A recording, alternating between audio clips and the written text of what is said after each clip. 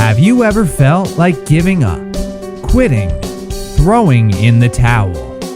Welcome to Never Ever Give Up Hope featuring Carol Graham. She's an author, health coach, and motivational speaker.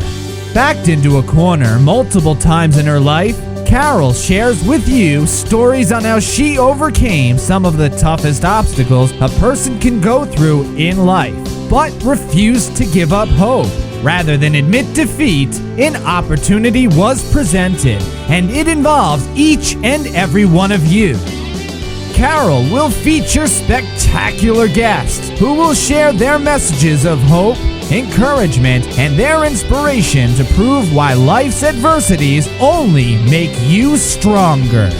And now, welcoming the host of the show, here's Carol Graham. Welcome to Never Ever Give Up Hope.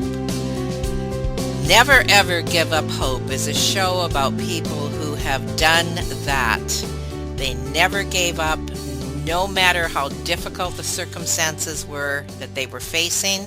They never gave up, and as a result, they became successful as victors instead of victims. Every single guest I have had has the same story, and that is coming from a place of hopelessness to a place of hope to a place of success.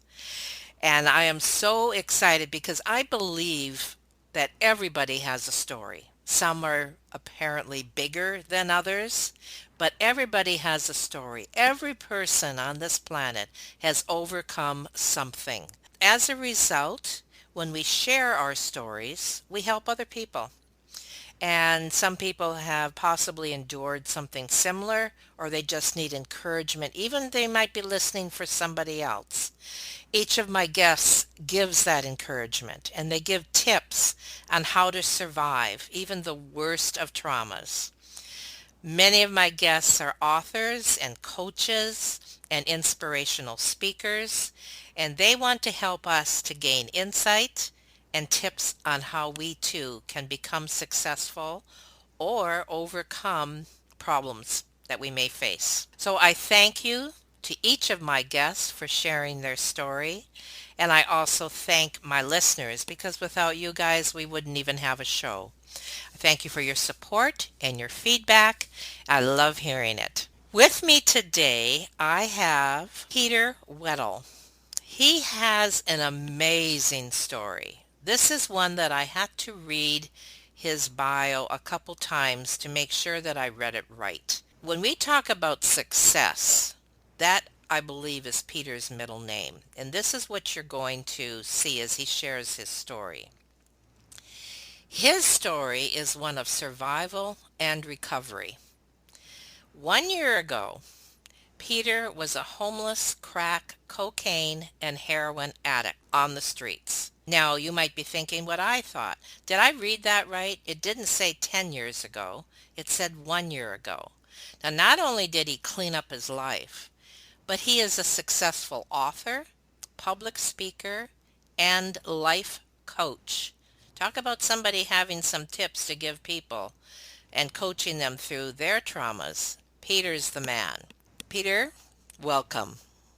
Welcome, Carol. Thank you very much. Oh, thank you. So let's start, Peter, by talking about your childhood, because a lot of times people who have, become addicts for one, have had a difficult childhood. Did you have a storybook childhood, or was it something quite different? It was actually quite different, Carol. Basically, my parents split when I was 4 years old, and from the age of 4 to the age of 7 years old, I was actually sexually abused at the hands of a family member, which impacted me very negatively in all sorts of ways, as you could imagine. How did you cope with that at the time? At the time, I didn't know what to do. Basically, I was wet in the bed all the time. I was having to go to the doctors all the time. They never basically clicked on to what was happening to me, and I was too scared to speak out.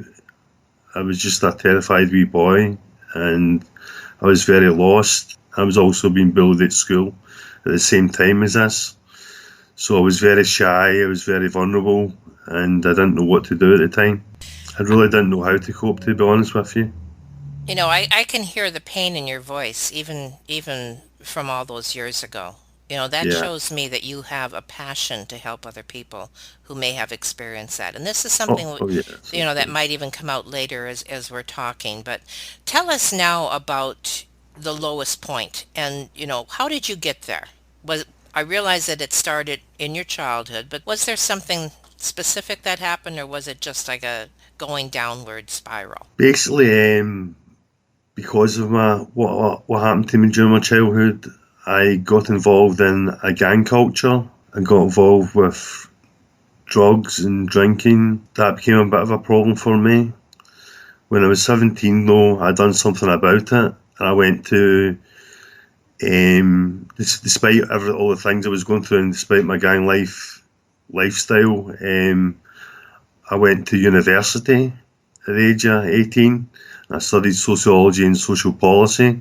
But midway through my studies in university, I started to hear things and see things one day, and I was admitted to the psychiatric ward, and I was later diagnosed then as being paranoid schizophrenic after being sectioned halfway through my university years, which was a very scary experience for me. Actually, that was one of my questions I was thinking as I was listening to you, and that is, how did you handle the fear? Because obviously you were a subject of fear from a small child, and so Yeah, it probably was part and parcel to your life.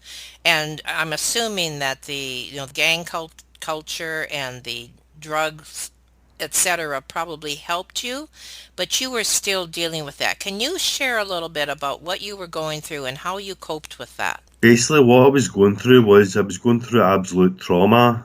I was going through major anxiety. I was going through major depression. I was put on my first antidepressant, my first psychiatric pill at the age of 17, and I was given a psychiatrist at the age of 17, and I still wasn't able to explain to him what happened in my childhood. But I made up some other stories about basically what was. I didn't make up stories. Sorry, I basically told them what was going on in my life at the time, in terms of like living a gang life and how I wanted out of it, and how I wanted to be on the straight and narrow again. And that's when I managed to go to university. But when I was actually diagnosed halfway through university as having my diagnosis is of paranoid schizophrenia, um, it was a fright to me because I thought paranoid schizophrenics were people who were axe murderers, like you see in the papers, or people who are really like psychotic. But I'm anything but that. I'm actually, if you were to ask any of my family or friends, I'm one of the most gentlest giants you'll ever meet and see. Um, but yes, it was a very scary experience to be diagnosed with that because I only knew what the papers said about it. But now that obviously having suffered from it, now I actually stand up in a campaign for the against the stigmatisation of mental illness, a campaign for mental health rights for people. Essentially, what I'm hearing from you is you were your own encourager. Your support system was within yourself, was it not? My support system was very much within myself. Don't get me wrong, I did have support from the community mental health team, and a great supporter of me was my father, Dr. Ian Weddle. He was a massive support to me during my life and going through a lot of things that I went through. But unfortunately, quite a lot of family basically ditched me because they never understood the nature of my mental illness, and they basically abandoned me, and so did a lot of friends too. So that hurt double as much as the illness itself, because people never understood what I was suffering from. Let's start with your lowest point and then tell us what the pivotal point was. My lowest point, I would say, would be when I basically started taking heroin and crack cocaine. That would be my lowest point, and I was found homeless, me and my dog, with no place to live. I managed to find a scatter flat, but I would say overall, my lowest point was when I decided to take my own life. I actually officially died for 7 minutes because I took 95 Tramadol and drank a bottle and a half of vodka. Oh my word. And I died for 7 minutes because they know just so happens that my friend at the time phoned me and she knew that she just had woman's instinct, that something was wrong with me. And she said, phone an ambulance, Pete. So I don't want to. I said to her, I want to die. I said, I can't cope with this anymore because I was just living in the streets and I was dealing with just taking heroin every day and crack when I could afford it. I said, I don't want to. But she persuaded me to, and I'm very, very glad and grateful to her that she told me to do that to this day, because they did revive me after 7 minutes being dead, and I was in a coma for 4 days, and then later admitted to the psychiatric ward where I actually read the book called The Secret and managed to change my life around. At this point, did you hate yourself or your lifestyle, or both? I hated both. I hated my lifestyle and the way I was living, because it wasn't the way that my parents, although they split, had brought me up to be like. I hated myself because I blamed myself for a lot of things. I didn't have any self-love. I felt a lot of guilt for things. So you were living in fear, you were living in guilt, and you were living in a state of self-worthlessness. And yet, the message that I know that you want to get across, and one that our audience wants to hear, is how in the world does someone in the lowest of the low be able to turn their life around? So what happened? I remember when I was in the coma, I was actually reaching towards a bright light.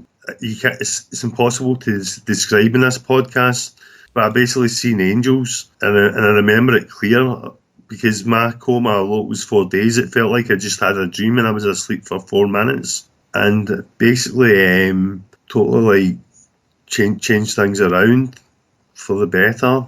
And it happened because I'd basically reached my wit's end. I'd had enough. I tried to kill myself. Well, I did kill myself. I actually did kill myself.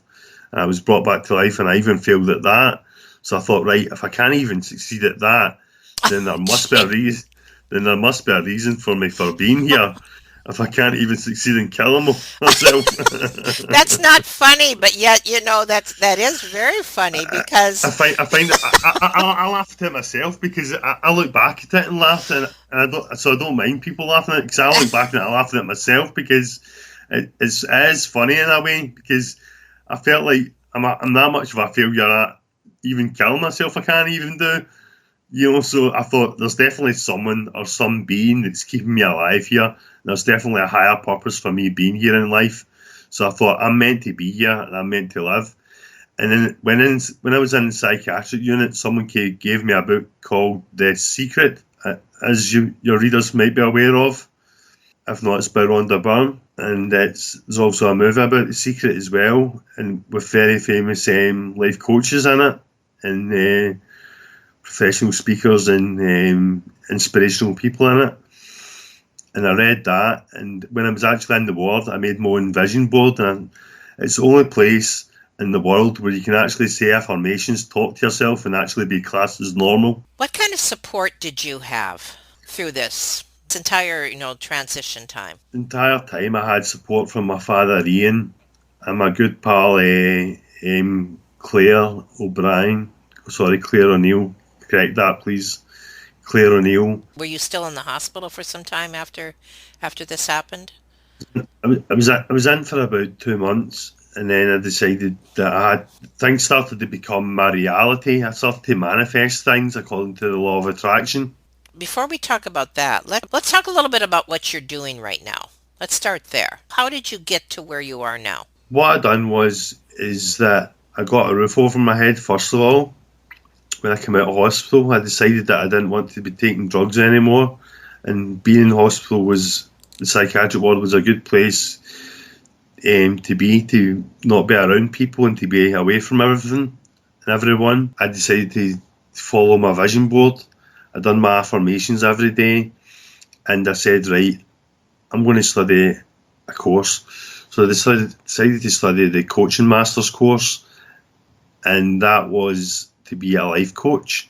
I was officially accredited as a life coach about a month ago, and that's an official accreditation. You were your own life coach then, to that point. Oh yeah, definitely. And also, I done, but I'm still doing it now. I'm on the last module of Bob Proctor's Lead the Field program.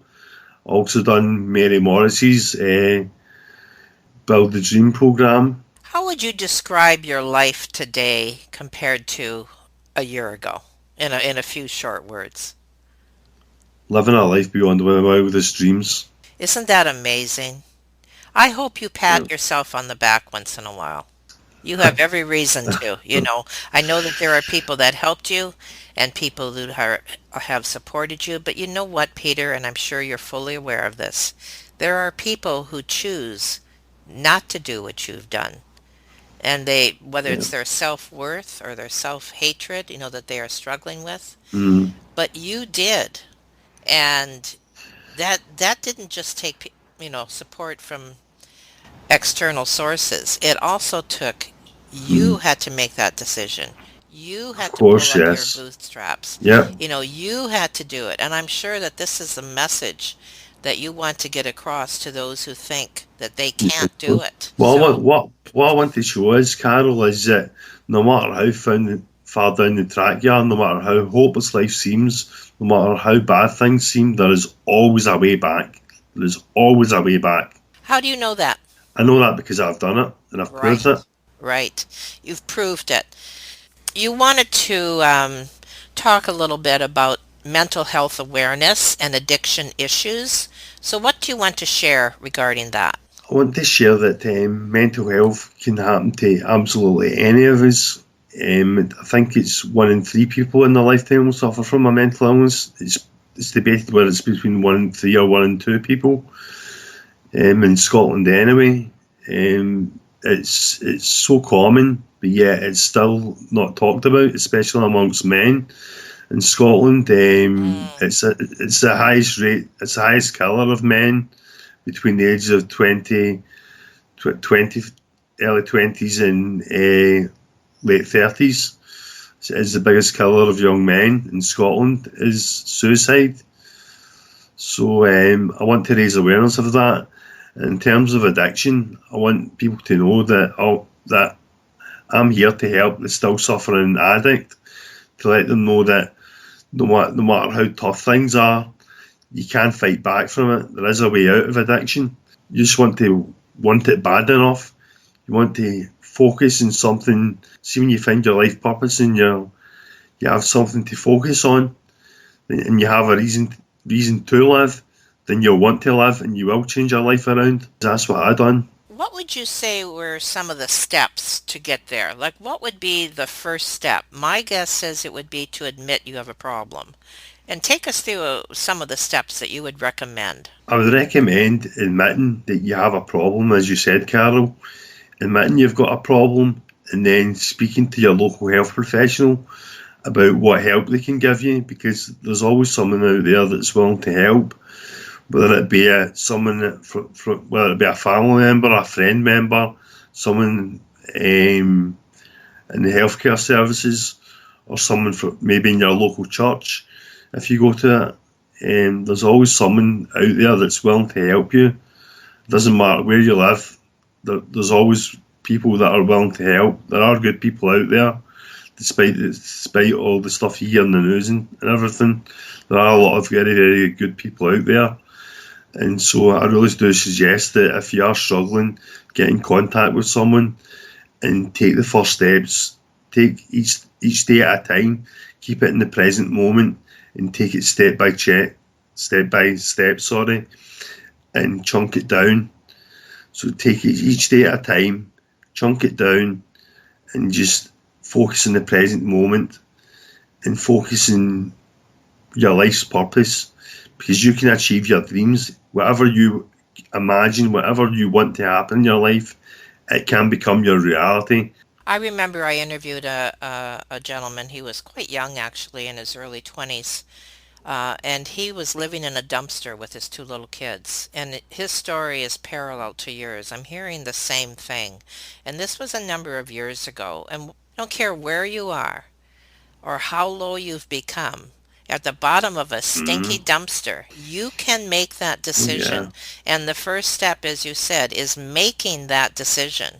And once you make that decision, my guess is it's going to be a battle. It's not just like, oh, okay, Oh yeah. tomorrow I'm Oh going to be yeah. better, right? So how do you deal with that battle? What do you do in the midst of that battle? You use every bit of advice and every bit of support and every bit of strength you have within you to battle it. Use every bit of support in terms of friends, family, if you have any, because a lot of addicts don't have any family members, and a lot of addicts don't have any real friends.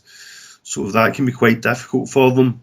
So their only friends might be actually their professionals within the NHS, or why they actually, a lot of people do actually come to me, because I've been there and they can talk to me as a friend about things. But it's basically about using your inner strength and using everything you've got, using every bit of grit and determination you have within you, and wanting it bad enough. You want to live more than you want to die, basically. You want to have success and live your dreams more than you want to live in despair.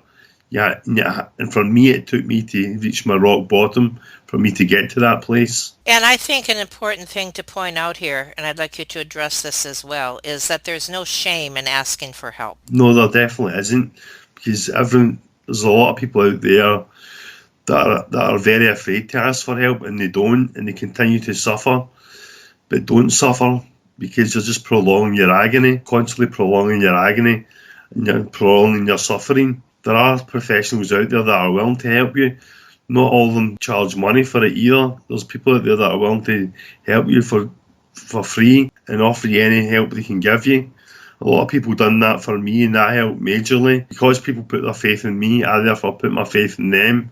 And I didn't want to give up on them either. Now, I have a question coming from a different perspective, and I don't know if you can answer it or not. And that is, we all know people in our lives who have some pretty serious issues, whether it's drug addiction or alcohol or suicidal tendencies. My question is, very often, even though we are aware of these things, it's difficult to reach out to them because they may not be in a place where they want help, have an attitude that they're trying to hide it, or any number of things. Is there something that we can do when we see this to offer help without sounding arrogant or that we want to change their lives? You see what I'm saying? Like, how can someone observing this actually be a help and not make them angry or not be a hindrance to them? The thing is, you could do something. What I would advise is this is just me personally. It's up to you what you do. Is not to give a person in the street or an addict money, but buy them food or buy them fresh water or juice. Okay. Because most likely, being an addict, that money will go in one thing, and that will be their poison of choice. So I would advise give them clothes if they need it, giving them a hot meal, feeding them, giving them shelter if you trust them enough. But I wouldn't advise giving money unless it's to a charity. And what about those who are not necessarily homeless, but just, they might be in society, but functioning as a full-blown alcoholic or drug addict, and they're trying to hide it, and you are aware of it? What about those type of situations? I would advise to come to people like me, life coaches, who can basically help people deal with those issues, anonymous atmosphere, and help them overcome the reasons which led, because most often addicts are addicts for reasons, and normally there's reasons that led up them to become addicts in the first place.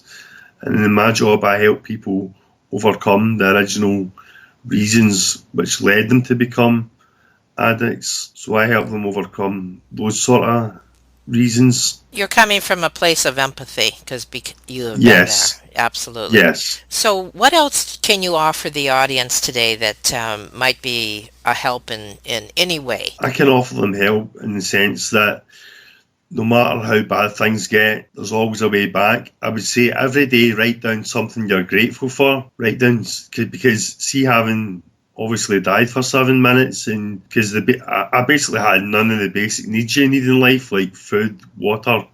I had clothes, but that was just about it. I never had shelter. So I appreciate the small things in life. So see, when big crises come up, they're not a crisis to me anymore. They're just small to me. And another thing is that I also write down positive quotes because they keep me going. They keep me in a positive spirit. And I would advise meditation as well if you can do it. And it helps you to relax, and it's very, very good for your mental health. And exercise and a healthy diet as well is also very crucial. It helps massively also. So I would advise doing those things. It's personally what's worked for me and which continues to work for me to keep me mentally well. I've actually came off 10 of my medications due to just those simple things. Oh, wonderful. 10 medications that was prescribed by psychiatrists and doctors. I've actually came off all 10 of them. So that was a major change for me. And I dealt with it by the things I just said, by being grateful for everything around me, by doing, don't know if I'm allowed to say this or not, Donna Eden's energy medicine routine. It's basically energy medicine where you do tapping in your body to basically ground yourself, and it helps with your mental health too. And going to the gym helps a lot as well, and eating healthily helps a lot also. All those combined help, as well as doing my affirmations. Sorry, I forgot to mention my affirmation. In other words, there are many things that you can do, but it is a there is a step by step, and taking the first step, the second step is going to be easier, right? And then the next step, and not being afraid to ask for help. I think that is crucial that you mentioned that. I think the key, Carol, is not to focus on tomorrow, but to focus on the present moment today. Yes, focus on the present moment. But see, if you think about tomorrow, you'll just see a long road ahead of you, and that can put people off. Focus on the present moment today. Just try and get past the 24 hours that are ahead of you, and that'll get you somewhere. You know, it's interesting that you said that. I spoke to someone who had a similar story to yours, and they said that the 24 hours was even too big of a window. They started with 5 minutes. 5 minutes. I can get through 5 minutes, right? Some people even chop it down to 1 minute at a time. Oh, wow. Wow. So I've known people to chop it down to 1 minute at a time. It's basically speak on the phone to a friend for several minutes. Things like speaking to a friend or having a hot bath or listening to music. Or there's just distraction techniques, stuff to keep you busy. I think keeping busy, no matter what it is, even if it's just going on a long walk, keeping busy is another crucial thing. Yes, definitely. A tactic that I used to keep myself clean. Well, as I said at the top of the show, Peter, my hat is off to you. That's what this show's about. Stories like you, people like you who not only survived what you survived and recovered, but you're there helping other people. I mean, that is what this whole earth is all about, that we live on, to help one another and to encourage and uplift. So is there any words of actual encouragement that you might have in closing, or anything else that you want to share about anything? Yeah, sure. I mean, I became a homeless crack cocaine and heroin addict to a 2 times offer. My book's called How the Law of Attraction Saved Me, because of the book The Secret that I read in the mental health institution. And I've also designed a journal called the Dream Manifestation Planner, and it's going around the World Book Fair now. It's been in London, it's going to Munich, it's going to Shanghai, and it's going to a place in Mexico which I can't even pronounce, let alone spell, for being an author. But it's going around the World Book Fair now which I would never have dreamed of being able to have that success. And also being a life coach, I get pleasure out of helping other people get through being through what I've went through, and not just going through what I've went through. I actually help businessmen and people in the corporate sector as well that are just suffering from business challenges or relationship issues, because they see what I've went through in general and just get encouragement from it, and their issues don't seem as big to them when they see or hear what I've went through. So it encourages them to put things into perspective a little bit, although everyone has their own issues and their own way of seeing life.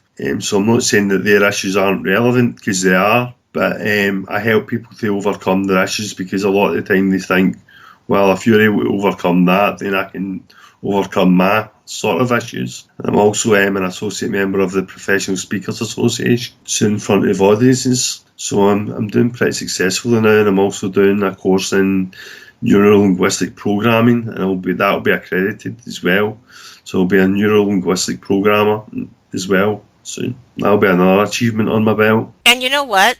This is just the beginning. Yeah, that's what a lot of people are saying. Yeah, this is just the beginning. So what do you see in your future? I see my future basically running retreats for those that are mentally ill and those that are suffering from addiction problems.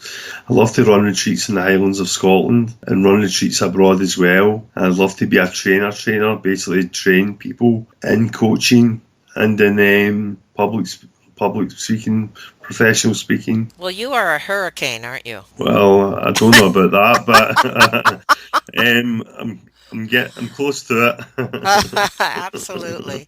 I thank you so much, Peter, for sharing your story. I know that this is still raw in areas for you. It has to be. Very much so it is. Absolutely. I mean, you are, talk about overcoming fear and overcoming all these other things, even shame, that we discussed earlier in the show. Mm-hmm. You are in the process of doing that as you're already helping others. And I think a lot of people wait until they think they've arrived, before they can help somebody else. But you are the perfect example of someone who is still in the middle of it and going forward and wanting to take as many people on this journey as they can by helping them. And so I thank you for that. I thank you for encouraging our audience. I know, and I encourage my audience right now to get in touch with you if they are having any issues, and also to follow you on Facebook. We'll have that in the show notes, and to go to your website. And also, audience, I would ask that you encourage Peter. Thank him for this message that he's given us today. And we all need encouragement. We've never arrived, or we've never gotten, to the place where we don't need that. Mm-hmm. And so I thank you to my audience for doing that. And I thank you, Peter, so much for being a guest today on Never, Ever, Ever Give Up Hope. You're very welcome, Carol. Thank you very much for having me on your show. Thank you for listening to Never, Ever Give Up Hope, featuring Carol Graham. Did you know that most people succeed because they are determined to? Quitting was never an option. Carol loves your comments and will respond to each one. So please subscribe and review this podcast. A rating of 5 stars would be outstanding and appreciated. Remember, if you are still here, there is always hope.